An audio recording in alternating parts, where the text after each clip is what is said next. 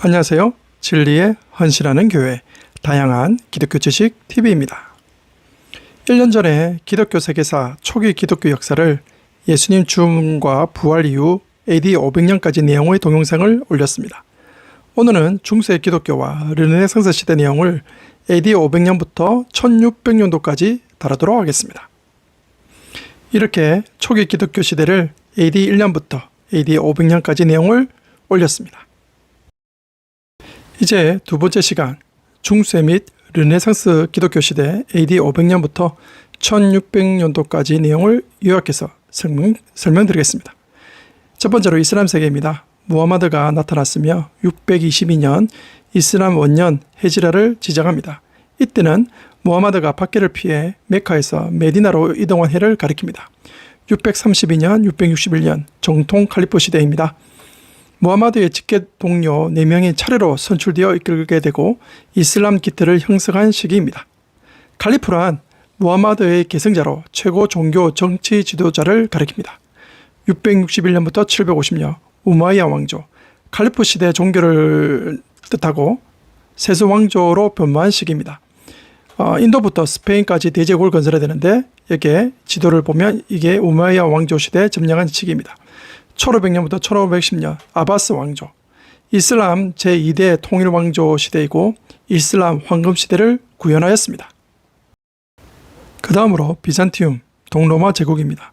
553년 제2차 콘스탄티노폴리스 공의회, 제5차 세계공의회가 열립니다. 이때 431년 에베소 공의회에서 확정된 네스토리우스파 이단 지정에 대해 재확인하는 결의가 이루어집니다. 그렇다면 네스토리우스파가 무엇일까요? 2025년 7월 26일 올렸던 동영상 중국 기독교 역사 간단히 알기에서 설명했는데요. 초기 기독교 신학에서 예수의 어머니를 어떻게 볼 것인가에 대한 논쟁이 있었습니다. 이때 예수님의 어머니를 하느님의 어머니로 받아들여지는 성모 마리아가 선택되면서 참 인간인 예수의 어머니일 뿐이라고 주장했던 네스토리우스는 이단으로 판단되어 쫓겨나게 됩니다. 쫓겨난 네스토리우스와 제자들은 페르시아 일대 선교 활동을 실시했고 실크로드를 통해 중국 당나라에서 경교로 활동하게 됩니다. 그리고 중국 원나라까지 영향력을 미치게 되죠. 현재 아시리아 동방교회로 지칭되어 있으며 대부분 천주교로 흡수되어 있습니다. 당나라 781년에 건립된 비석이 1623년 중국 명나라 때 발견이 됩니다. 이 비석의 맨 위에 이런 한자가 새겨져 있습니다. 대진, 경교, 중국비. 대진은 그 당시 로마를 한자로 풀이한 것이며 그리스도를 경교라고 칭하였습니다. 이 경교가 바로 네스토리우스파 제자들이 선교를 통해 중국 당나라에 안착했었습니다. 451년에 확정된 칼케톤 공의회 내용을 재확인하게 되는데요. 예수님은 완전한 신이자 완전한 인간임을 재확정짓습니다.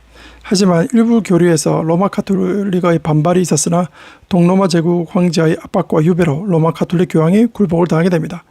680년 제3차 콘스탄티노폴리스 공의회, 제6차 세계공의회입니다. 예수님은 신적 의지와 인간적 의지를 함께 공존하고 있지만 인간적 의지는 신적 의지에 복종한다는 내용을 신학을 확립하게 됩니다. 기독교적 신학의 완성의 시기며 동서교회의 신학적 일치와 화해를 이루게 되었습니다. 787년 2차 니케아 공의회, 제7차 세계공의회입니다. 마지막 세계공의회이며 성화상 파괴 논쟁이 발생하게 됩니다. 숭배냐, 공경이라는 표현을 구분짓게 되고 이로 인해 기독교 미술의 획기적인 발전을 이루게 됩니다. 좀 더 자세히 알아보도록 하겠습니다. 배경입니다. 726년 동로마 황제 레오 3세가 제국 내 모든 성화상, 예수님, 마리아상, 성인들의 모자이크 등을 철거, 파괴하라는 칙령을 발표하게 됩니다. 이것은 우상 숭배로 금지해야 되는 것과 아니다, 성육신의 진리를 표현하는 수단이라는 내용의 교리가 첨예하게 대립하게 됩니다. 이로 인해 동로마 제국과 로마 가톨릭의 분열을 초래하게 됩니다.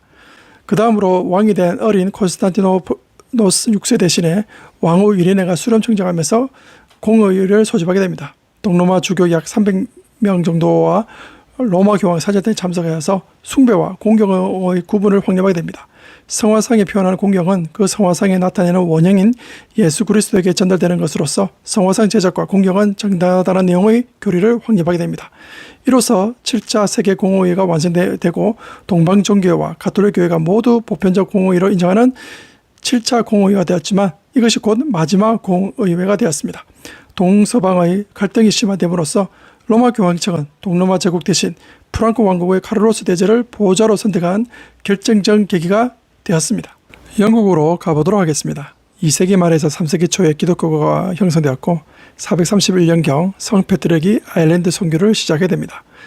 이로 인해 켈트 기독교의 부흥이 발생했고 스코틀랜드와 영국 북부까지 확대하게 됩니다. 644년 회비 공의회입니다. 영국의 북쪽 중심의 켈트 기독교와 남쪽 중심의 로마 기독교가 대립하게 되어 공의회가 열렸습니다. 결론적으로 로마 기독교의 우위가 일어났고 영국 중앙 집권이 형성되었으며 영국 문화의 유럽 통합의 계기가 되었습니다. 다음으로 유럽으로 가보도록 하겠습니다. 800년 사르마뉴가 신속 로마 제국 황제로 즉위하게 됩니다. 교황 레오 3세가 사르마뉴를 로마의 황제로 기습 선포하게 됩니다. 이로써 서유럽이 동로마 제국의 영향권에서 벗어나 가톨릭 신앙을 바탕으로 독자적인 제국과 문명을 확립한 종교사의 대전환점이 일어났습니다. 다음으로 로마 가톨릭으로 가보도록 하겠습니다. 그레고리 대제가 교회 개혁을 단행했는데요. 교회 행정과 재정 개혁을 이루었고 성직자 규율을 확립하며 소유럽 선교를 확장하게 되었습니다. 그래서 그레고리 대제가 서방 교회의 4대 교부 중 한 명으로 남게 되었습니다. 교황령 설치입니다. 이민족의 침범으로 로마 교황이 압박을 받게 되자 프랑크 왕국의 페펙 3세가 지원을 하게 됩니다. 결과론적으로 교황이 직접 다스리는 교황령이 시초가 되었고 로마 가톨릭이 유럽 천년의 핵심 세력으로 부상하게 됩니다.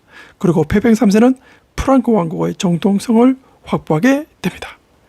여기까지가 800년도까지의 중세 역사이며 다음 시간에 그 이후의 역사에 대해서 또 한 번 설명드리도록 하겠습니다.